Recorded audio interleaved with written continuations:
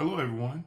This is Robert Newkirk, and I'd like to welcome you to another episode of Budgeting in Three Dimensions.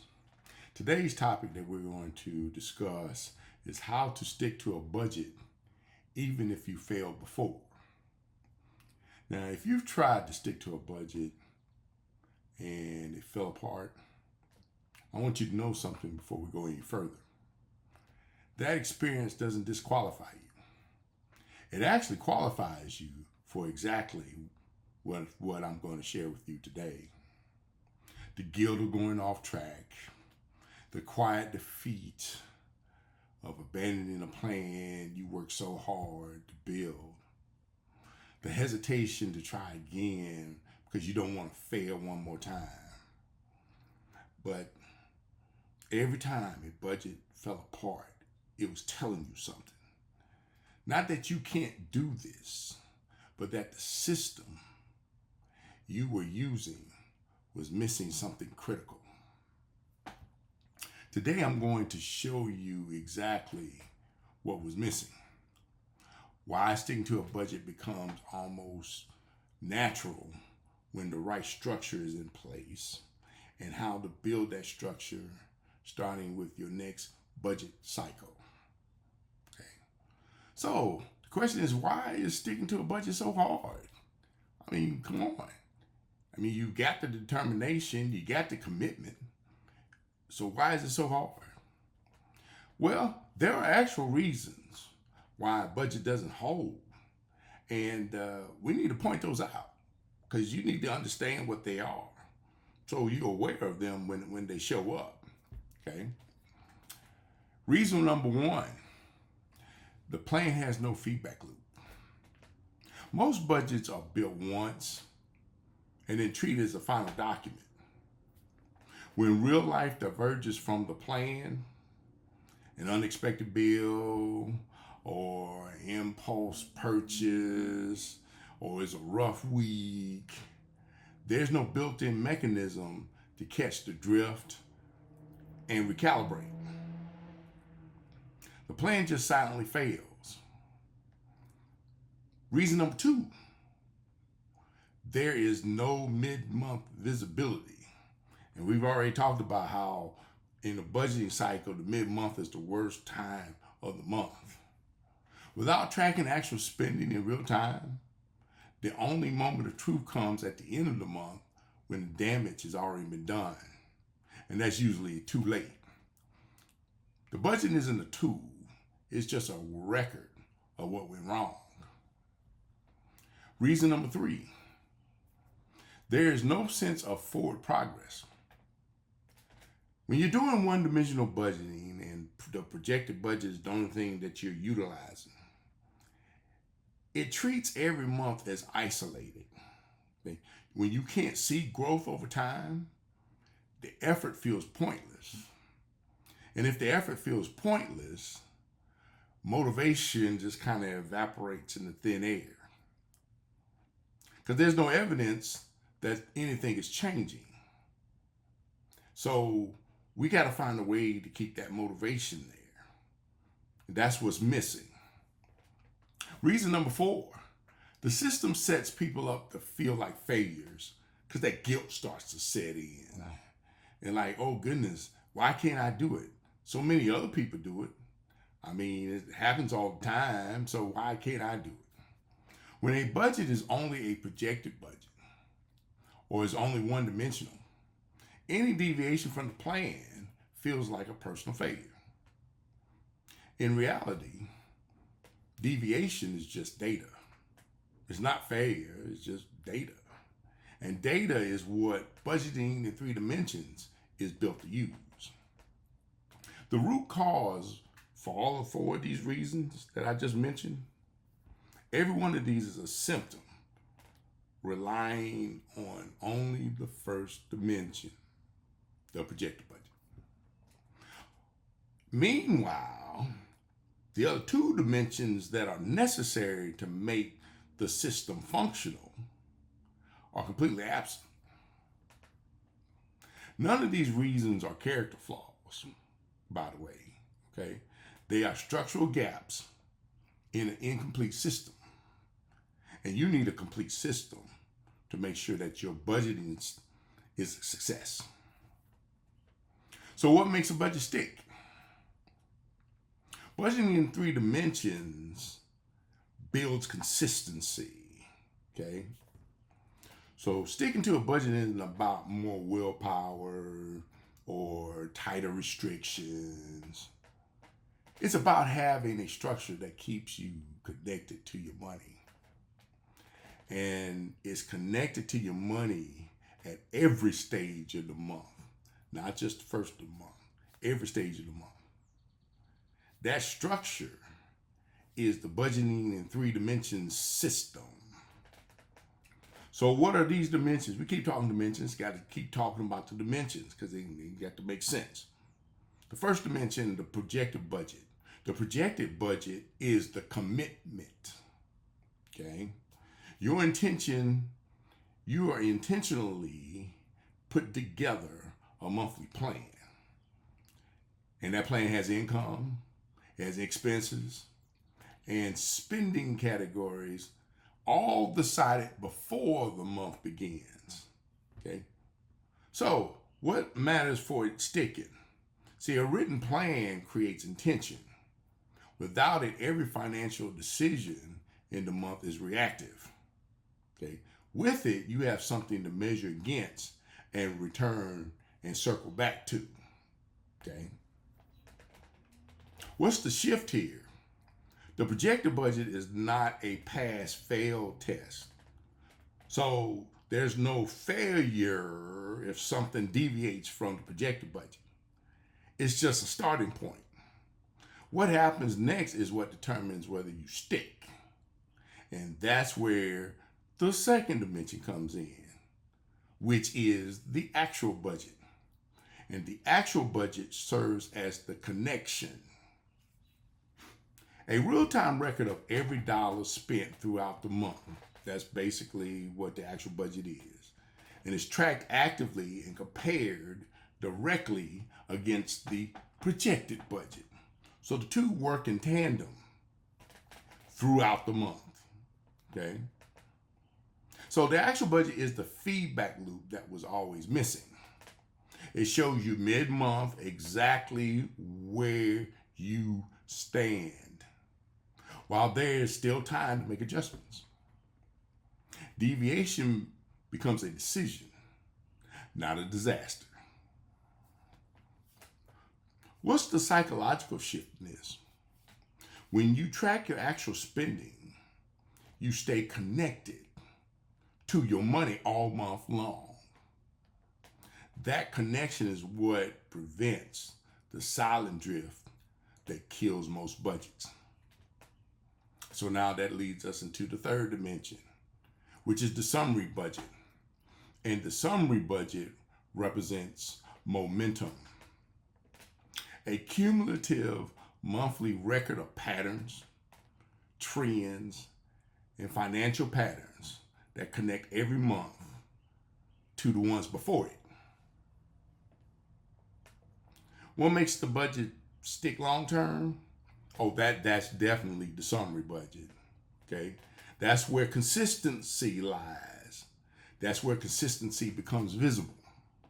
When you can see 3, 6, 9 months of progress, quitting loses its appeal.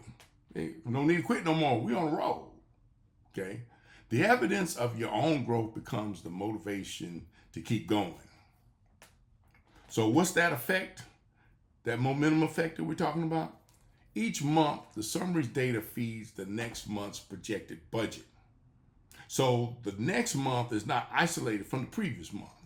It's now connected and the momentum carries over. The system self-improves over time. So in other words, you get the opportunity to actually streamline your budget, okay? And so does the person running it, which is you, okay? You get to become better at budgeting. Your budget becomes better at budgeting. Everything kind of comes together, and that's the key, okay? So remember that the projected budget is the commitment, The actual budget is the connection, and the summary budget is the momentum. So, do you have permission to start again? I would say yes. Yes, because it wasn't your fault. The failure is not on you. The failure was on the incomplete system. And now we're putting that system together. Okay? So if you failed at this before, and I know what you might be thinking right now, okay? Like, well, what makes this time different? And that is the right question. Here's the honest answer. The system is different. The system is totally different. The system is complete. The system offers consistency. And that's what you've been looking for. You were not lazy. You were not irresponsible. You were working hard inside a one-dimensional framework. And that framework was incomplete. Okay? It had no way of keeping you connected. It had no way to correct your course. It had no way of showing you your progress. Of course, it didn't hold. Those are some critical elements that you needed for your budgeting system to work. Okay? So sticking to a budget does not mean never going off plan. It means having a system that catches the drift, makes the correction, and keeps it moving. Budgeting in 3 dimensions does exactly that, and it does that by design. So you are allowed to try again. Not with more pressure on yourself. No, we're taking the pressure off now. But now you have a better system under you, and you're now capable of succeeding at this thing called budgeting. Okay? So, what's the support structure for staying the course here? Knowing the 3 dimensions give you the map. But when you're failed before, knowing the map isn't always enough. You need guided support and a tool that runs the system for you. That's exactly what I built in budgeting in 3 dimensions. And you can find it on our website at robertfnewkirk.com. So what is the money management course? Budgeting in 3 dimensions money management course. It's a complete guided process through all 3 dimensions, designed specifically for people who have tried budgeting before and need more than just basic information. They need a walkthrough. That's what the course does for you.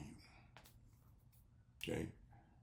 Does it address repeated failures? Absolutely. The course dismantles the mental patterns that develop from past failures.